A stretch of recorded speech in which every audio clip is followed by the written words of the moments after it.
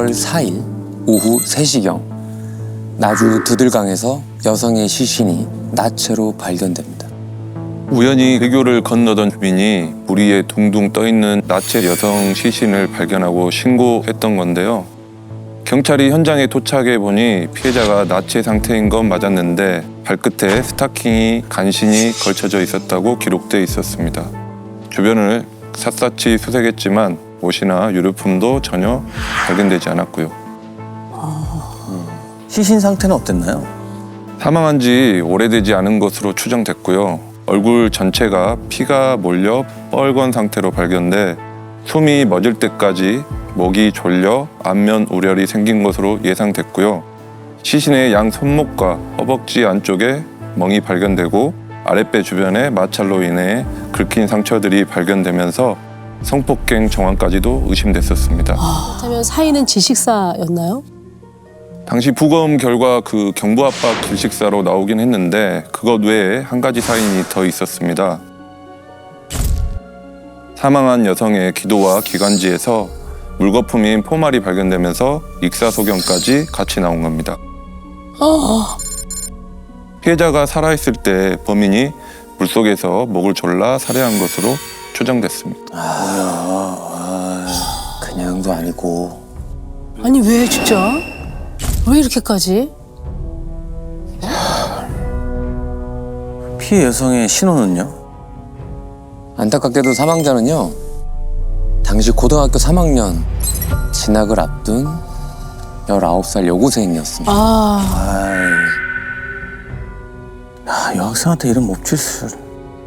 이 사망자는요, 시신이 발견된 곳에서 15km 정도 떨어진 광주에 살고 있던 걸로 확인이 됐습니다. 나주가 아닌 광주에 사는. 15km 거리라고 하면 차로 한 30분? 그렇게 가야 되는 거리란 말이에요. 근데 어쩌다가 집에서 이렇게 멀리 떨어진 곳에서 이러한 일이 벌어졌을까요? 나주에 아는 뭐 친구나 아는 사람을 만나러 갔다가 몹쓸 짓을 당한 걸 수도 있잖아요. 아닙니다. 나주엔 아는 사람이 전혀 없었습니다. 시신으로 발견되기 전날 밤 평소처럼 집에 있다가 갑자기 집을 나간 게 피해 학생의 마지막 행적이었는데요. 그 시각이 이미 대중교통도 모두 끊긴 새벽 1시 15분쯤인 걸로 확인됐습니다. 그 버스도 안 다닐 텐데 나주까지 어떻게 갔다는 거지? 뭐 누군가의 차를 얻어 타고 갔다라고밖에 얘기할 수 없는 거죠? 그게 아니면 설마 광주에서 나오자마자 납치를 당할 수도 있잖아요. 아니 그 늦은 시간에 왜 갑자기 집을 나갔을까요? 사건 발생 초기에는 알 수 없었는데요. 피해 학생이 집에서 나갔을 시각 부모님은 방에서 주무시고 계셨고 같은 방을 쓰던 여동생만 잠결에 언니가 나가는 기척을 얼핏 들었던 상황이었습니다. 동네 친구를 잠깐 만나러 갔겠거니 대수롭지 않게 생각했다고 하더라고요. 가족들에게 말도 없이 나갔다. 부모님이 다음날 아침에 얼마나 놀라셨겠어요. 그러니까 멀쩡하게 잘 자고 있을 줄 알았던 딸이 일어나 보니까 없고 감쪽같이 사라졌다. 이런 상황인 거잖아요. 정말 참담했던 건 어머님이 그날 오후에 우연히 뉴스를 보고 혹시나 싶어 112에 전화하셨다가 직접 시신이 이송된 병원으로 찾아오셔서 피해 학생의 신원을 확인해 주셨던 상황이었습니다. 설마가 계속. 야, 이거 그 소식을 듣고 가는 내내 얼마나 아니겠지. 아닌 걸 내 눈으로 확인해야겠다라고 생각하고 가셨을 그런 거예요. 마음으로 가는 거야. 아닐 거야. 아닐 거야. 아니 어쩌다 이런 일이 벌어진 걸까요? 당시 수사팀이 피해 학생 친구들이며 주변 지인들을 모두 탐문해봤는데 그날 피해 학생을 만나기로 하거나 만난 사람은 없었던 걸로 확인됐습니다. 심지어 사망 전날 하필이면 피해 학생이 휴대전화를 잃어버리는 바람에 통신 기록으로 추적할 수도 없었고요. 하필이면 왜 이때. 하필 그날 딱. 아니 그러면은 야밤에 누군가랑 연락을 주고받다가 나간 것도 아닐 수 있겠네요. 그런데요, 집에서 나가기 직전까지 이 피해 학생이 누군가와 대화를 나눈 흔적이 나옵니다. 전화가 없다고 그랬는데 누군가와 어떻게 대화를 나누고 통화를 했다는 거죠? 아니면 집 전화로? 아, 집 전화로? 아닙니다. 피해 학생 집 컴퓨터에서 그 무렵 학생들 사이에서 유행하던 채팅 사이트 접속했던 기록이 나왔습니다. 정황상 채팅하던 상대를 만나러 간 것으로 추정됐는데 당시만 해도 사이트의 서버 용량이 크지 않아서 대화 기록이나 상대 아이디 기록 등이 보관되어 있지 않아 대화 상대가 누구였는지 확인하지 못하는 상황이었습니다. 아, 지금 같으면 채팅 아이디 서로 상대하면 다 바로 나오는데. 이러면 더 막막해지잖아요. 사실 이 사건이 발생 11년 만에 범인을 찾아내고 또 5년 뒤에 그 범인을 결정적으로 체포할 수 있었던 것은 증거가 피해 여학생의 몸에서 발견되었기 때문입니다. 아, DNA? 범인의 DNA. 그 피해 학생이 알몸이었던 이유가 성폭행을 당했을 거라고 우리가 지금 추정했잖아요. 그랬죠. 그럼 진짜 이게 사실한 얘기가 돼버리는데? 맞습니다. 피해 여고생의 몸에서 범인 것으로 추정되는 정액이 검출됩니다. 유력 용의자의 DNA가 확보되었던 상태라 여고생의 주변 인물 비롯해 시신이 발견된 나주 지역 그리고 피해 여고생이 거주하였던 광주 일대 20, 30대 젊은 남성하고 우범자, 동종 전과자 등 약 330명 정도 DNA를 모두 채취해 대조했는데요. 일치하는 용의자가 나오지는 않았습니다. 그래서 결국 사건이 미제로 남았던 거고요. 이 사건이 지금 2001년도잖아요. 용의자 대조를 할 때 거주지로 등록이 되어 있는 사람 위주로만 대조를 했었어요. 그래서 거주지 등록이 안 돼 있으면 제외되거나 빠지는 경우들이 간혹 있긴 했었죠. 그렇게 진실은 깊은 강 속에 가라앉아 영영 수면 위로 드러나지 않을 것만 같았습니다. 사건 발생 11년이 지난 2012년 유력 용의자의 DNA와 일치하는 사람이 나타납니다. 2012년에. 네, 11년이 지났습니다 벌써. 그러면은 범죄자 데이터에 네. 의한 신원 확인된 거죠. 범인이 전과자였나요? 네, 맞습니다. 2010년에 DNA법이 통과되고 중대범죄를 저지른 재소자들의 유전자를 채취할 수 있게 되면서 여고생의 몸에 있던 DNA와 일치하는 사람을 찾게 된 것입니다. 와, 그건 확실한 증거잖아요. 그래서 일치하는 사람은 누구였나요? 당시 목포교도소에서 수감 중이었던 30대 수용자였습니다. 2003년 강도 살인죄로 무기징역을 받아 9년째 형을 살고 있던 무기수였고요. 그럼 또 누구를 살해했다는 얘기잖아요. 그러네요. 그럼 사건이 있었던 2001년에 여고생을 살해하고 나서 2년 만에 범죄를 저질렀다. 네. 그럼 2003년 당시에도 피해자가 여성이었을까요? 아닙니다. 전당포 업주 남성 2명에게 금괴를 싸게 팔겠다고 속이고 집으로 유인하고 전깃줄로 목을 졸라 살해한 사건이었는데요. 2년 전 그 피해 여고생처럼 이 사건 피해자들도 모두 알몸으로 인근 야산에 안매장한 것으로 확인됐습니다. 피해자가 2명이었어. 그러게요. 어? 목 졸라서 살해하고 피해자 시신의 옷을 다 벗겼다? 그 수법이 똑같잖아요. 그거 똑같잖아요. 비둘강 사건이라. 맞습니다. 2003년 당시에 전당포 업주 살인사건을 저지르고 포승줄에 묶여 현장 검증을 했던 그 범인이 언론에 공개가 됩니다. 금괴를 싸게 판다고 속여 전당포 주인 등 2명을 살해하고 안매장한 20대 남자가 검거됐습니다. 어머, 27살 를 살인 혐의로 긴급 체포했습니다. 저때 검거 당시에 20대였구나. 차를 이용해서. 교도소에 싸게 주는데 거짓말 친 것 때문에 계속 사기치려고 숨바고 내려온다고.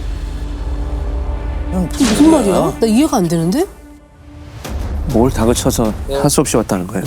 또 피해자 탓을 하는 거잖아요, 지금. 다그치긴 뭐야. 피해자 중에 한 명을 교도소에서 만났다는 걸 보니까 이전에 전과가 좀 있었나 본데요. 네, 무기소가 되기 전에 절도와 폭력 등의 범죄를 저질러 이미 전과 10범이었습니다. 당시에 나주나 광주에 살지 않던 사람이었을까요?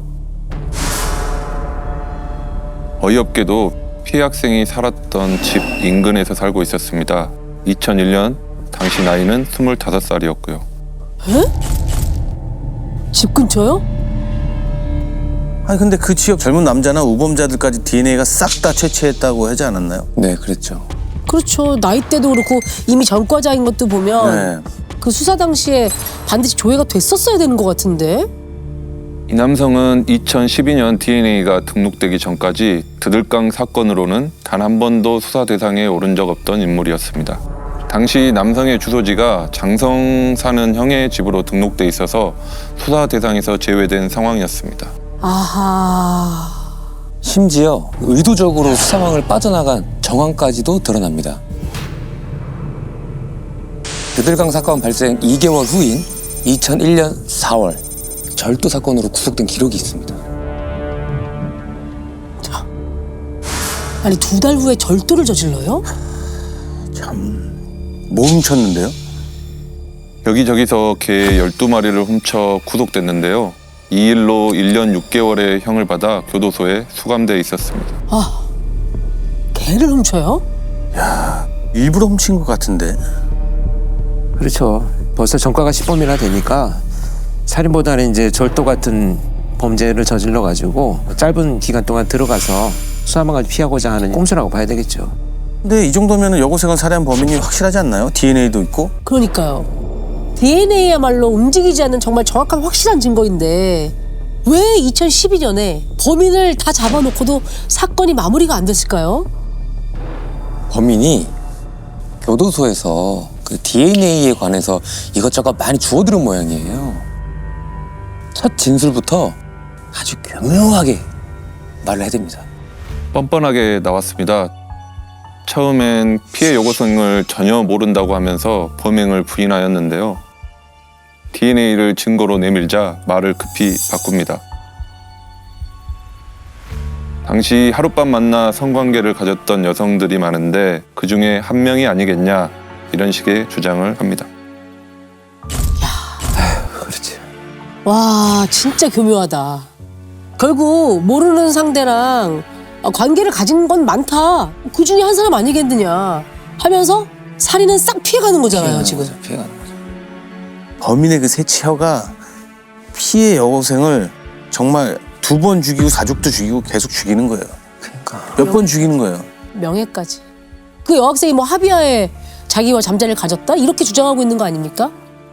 그러니까 이미 11년이나 지났는데 그동안 얼마나 머리를 굴렸겠습니까? 설마 이게 그대로 받아들여지진 않았겠죠? 경찰과 검찰 모두 합세해서요. 수사에 총력을 다합니다. 그런데 이게 어떻게 된 일인지 2년 후에 네. 충격적인 소식이 들려옵니다. 아, 왜요?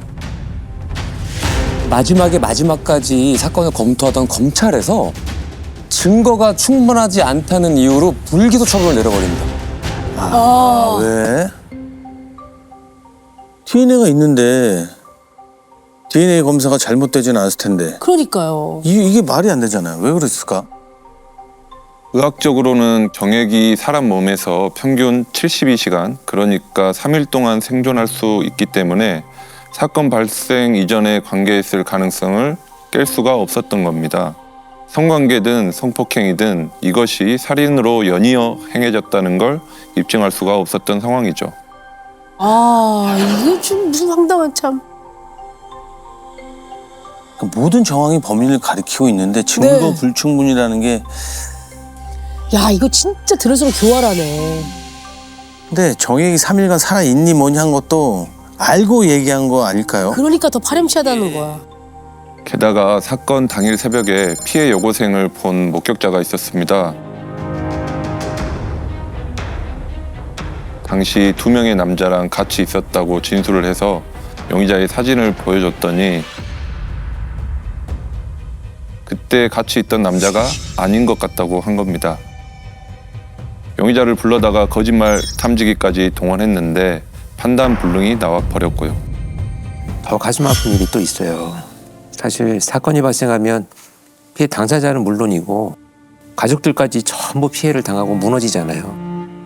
이 사건의 피해자인 여학생의 아버지가 사건이 발생하고 나서 아이를 지켜주지 못했다는 이런 죄책감, 상실감 이런 문제로 매일 술을 드시고 혼자 괴로워하다가 사건 발생 8년이 지난 어느 날 자기 혼자 극단적인 선택을 하시고 맙니다.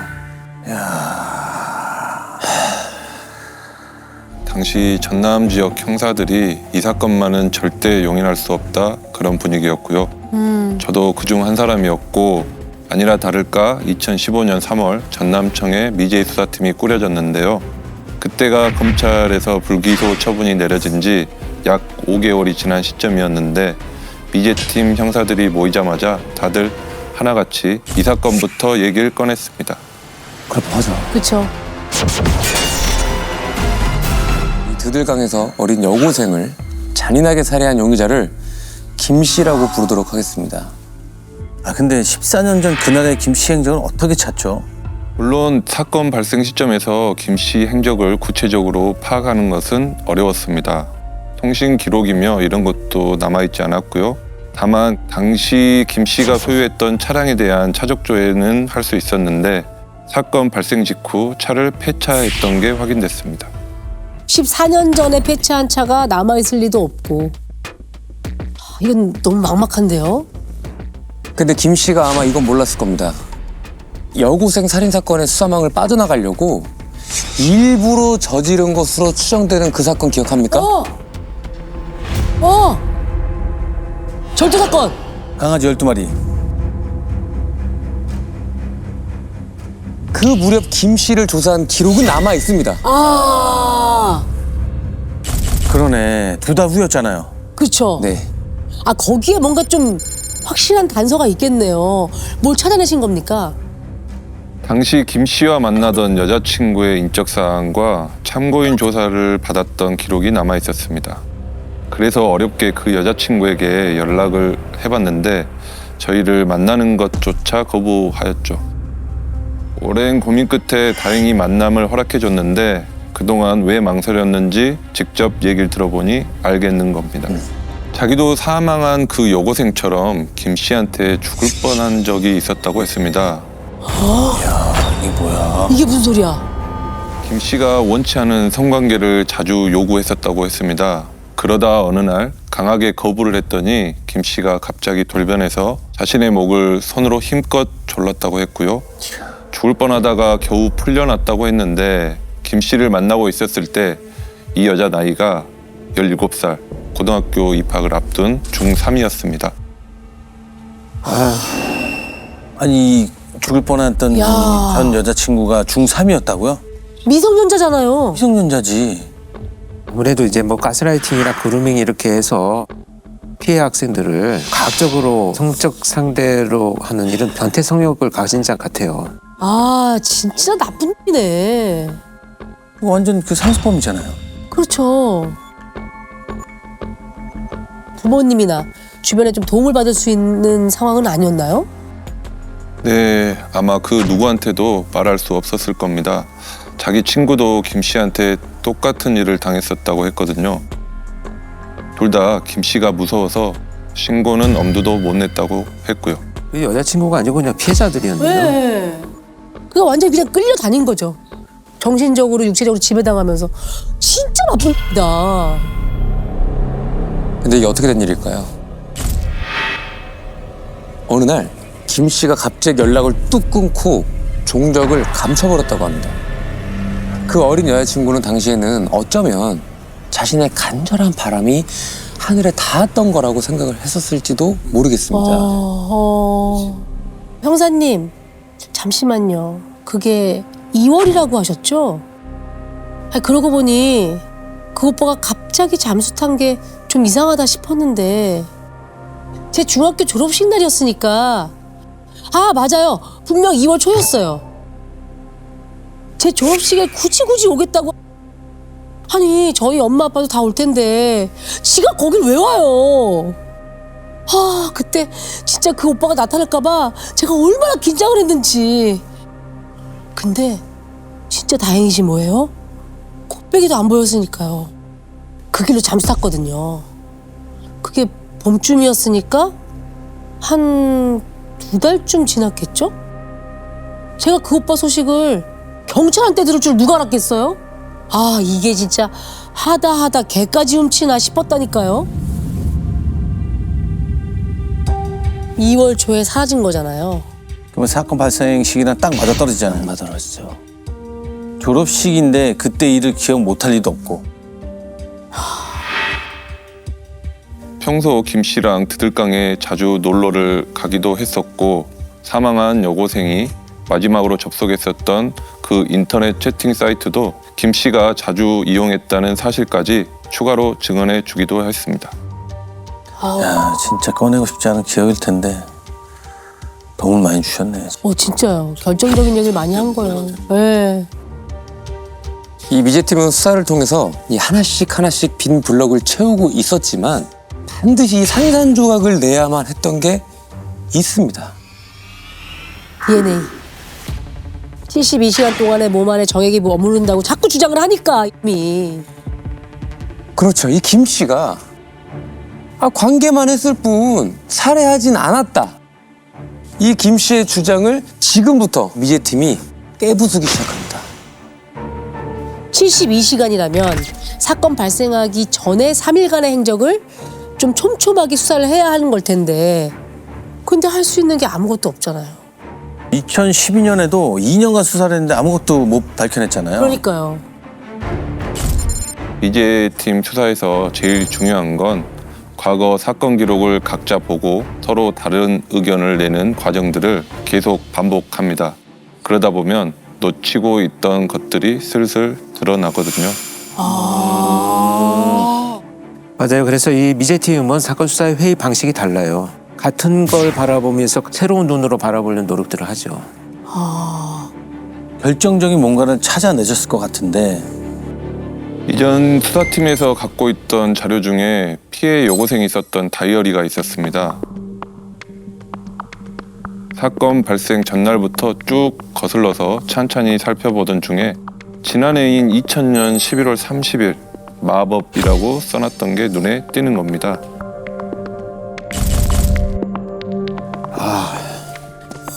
매직. 생리를 했다는 거네요. 이게 뭐 학생 때는 내가 뭐 생리, 월경 이렇게 쓰는 게 이제 노골적이고 너무 부끄럽다는 생각이 들거든요. 그러니까 마법 걸렸어. 이렇게 얘기들을 합니다. 그렇죠. 평균 여성의 생리 주기가 한 달이니까 11월 30일을 기준으로 계산하면 사건이 일어났었던 2001년 2월 초 피해 여고생이 생리 중이었을 가능성이 높았습니다. 그럼 범인이 주장하는 72시간 사이에 여고생이 생리 중이었던 거잖아요. 가능성이 아주 높았죠. 그래서 당시 과수팀에서 정액 채취할 때 찍어둔 사진 자료를 찾아보니까 정액과 함께 혈흔이 같이 묻어 나와 있었습니다. 이때부터 검찰과 합동 수사를 시작했는데 피해자에 대한 새로운 정황이 나왔으니 이걸 다시 재검토해보자는 의견이 나왔던 겁니다. 야, 피해자가 생리 중이었다는 이 사실 하나를 가지고 다시 검토해 보시기로 하신 거죠?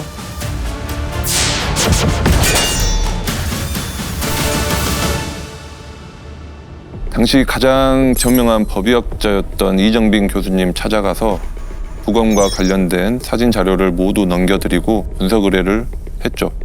근데 며칠 후에 교수님한테 전화가 왔습니다. 범죄 입증이 가능할 것 같다면서. 와, 단서를 찾았어야도 아니고 입증이 가능하다고요? 그러면 생리 중이었다는 게 사실로? 이 사실 하나로 범행을 입증할 수 있다는 거잖아요. 어떻게요? 정액을 채취했을 때 정액과 생리 혈흔이 전혀 섞이지 않은 상태로 묻어 나왔거든요. 근데 교수님이 생리 중에 관계를 가졌다면 여성이 조금만 움직여도 정액과 혈흔이 섞이길 마련인데 이렇게 깨끗하게 분리된 상태로 채취됐다면 여고생이 성폭행 당한 장소에서 바로 살해당한 것으로 볼 수 있다는 의견을 주신 겁니다. 수사팀도 과학적 근거를 얻은 거죠. 와, 이거는 진짜 결정적이다. 와. 이렇게 풀리고 입증할 줄은 전혀 몰랐죠. 그러니까요. 와, 이 마법이란 단어 하나가 이렇게 잡아내네요. 성폭행 직후에 사망한 거면 DNA 주인이 범인이라는 소리잖아요. 그렇죠. 그때 더 확실히 입증하려고 교수님이 실험까지 했습니다. 실제 정액과 혈흔을 구해 비닐팩에 넣고 사람이 움직이듯 흔들어 보니까 15분 만에 정액과 혈흔이 완전히 뒤섞였는데 움직임이 없을 경우 최대 6시간 30분 동안 분리된 상태를 유지하는 것까지 결과를 얻어냈습니다. 이거는 과학적 증거잖아요. 그렇죠. 그러니까 범인을 깨트릴 수 있는 아주 결정적인 증거를 찾았네요. 자, 그리고요. 김 씨가 여고생을 살해한 범인임을 확실하게 입증할 만한 증언까지 터져 나옵니다. 증언이요? 이놈이 되게 극악무도했던 것 같은데 누가 그걸 증언을 했을까요? 김 씨하고요. 그 수감 생활을 하고 있던 재소자가 편지를 보낸 겁니다. 아, 김 씨가 또 뭐 엄청 떠들고 다닌 모양이네. 뭐라고 하는 거야? 네. 저는 김 씨와 같은 교도소에 있는 재소자입니다. 나주시 드들강 살인 사건의 범인이 김 씨가 맞는 것 같습니다. 김 씨의 DNA가 피해자에게서 검출된 사실은 이미 언론상에도 나왔겠지만 김 씨가 그날 결정적인 알리바이를 만든 것 같습니다. 명확하진 않잖아요. 같습니다. 나왔겠지만 네. 같습니다. 아, 뭔가 이 편지를 완전히 100% 신뢰하기에도 좀 그렇고 그렇다고 무시하자니 조금 찝찝하고. 그러니까 이걸 그냥 믿어도 되나 싶어요. 왜냐면 다 추측일 뿐이잖아요. 근데 직접 만나보니까 범인만이 아는 아주 결정적인 얘기를 이 재소자한테 털어놨더라고요. 김 씨가 범행 당시 피해자가 생리 중이었다는 사실을 얘기한 상황이었습니다. 와, 이건 공개된 적이 없잖아, 이 얘기는. 이거는 뭐 확실하지 않을까요? 이건 확실한 거잖아요. 이건 자기가 자백한 거나 다름없는 거 아니에요? 맞죠? 범인 맞네. 그날 알리바이를 만든 것 같다라는 건 뭐였을까요? 뭘 만들었다는 거죠? 김 씨가 알리바이를 가지고 있다고 해서 사물함을 압수수색했는데 사진이 7장 정도 나오는 겁니다. 저희가 만났던 2001년 당시 여자친구와 찍은 사진이었는데요. 어딘가에 놀러가서 찍은 듯한 사진이었는데 그 날짜가 정확히 2001년 2월 4일자로 찍혀 있었습니다. 응? 사건 당일이잖아요.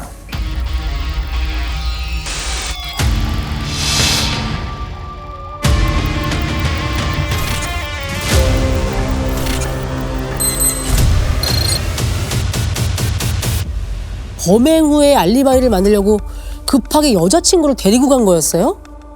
네, 사진 찍은 곳을 확인해 보니 전남 강진에 있는 김 씨의 외할머니 집이었습니다. 자, 이 알리바이 16년 만에 재판장에 섰던 그 순간에 꺼내듭니다. 재판 중에도 끝까지 이 사진 속 알리바이를 주장하면서 피해 여고생과 성관계만 했을 뿐 아유. 살해 혐의에 대해서는 완전하게 부인하는 거죠. 아, 뻔뻔하다. 너무 뻔뻔하다. 재판 결과 궁금합니다. 최종 무기징역 선고받았습니다. 쌍목이네요. 그렇죠. 네. 전탄보 사건도 있었잖아요. 김 씨가 전당포 사건으로 무기징역을 선고받고도 가석방에 대한 희망을 버리지 못하고 모범수가 되려고 부단히 노력을 했었습니다. 드들강 사건으로 완전히 무너졌죠. 어이없었던 건 저희 사건 재판이 있고 난 후에 김 씨가 제보 편지를 썼던 그 재소자를 고소했다는 소식이 들려왔습니다. 뭐 결과론적으론 무고죄가 추가돼서 징역 10개월을 더 받게 됐고요. 즐겨봐 이 채널.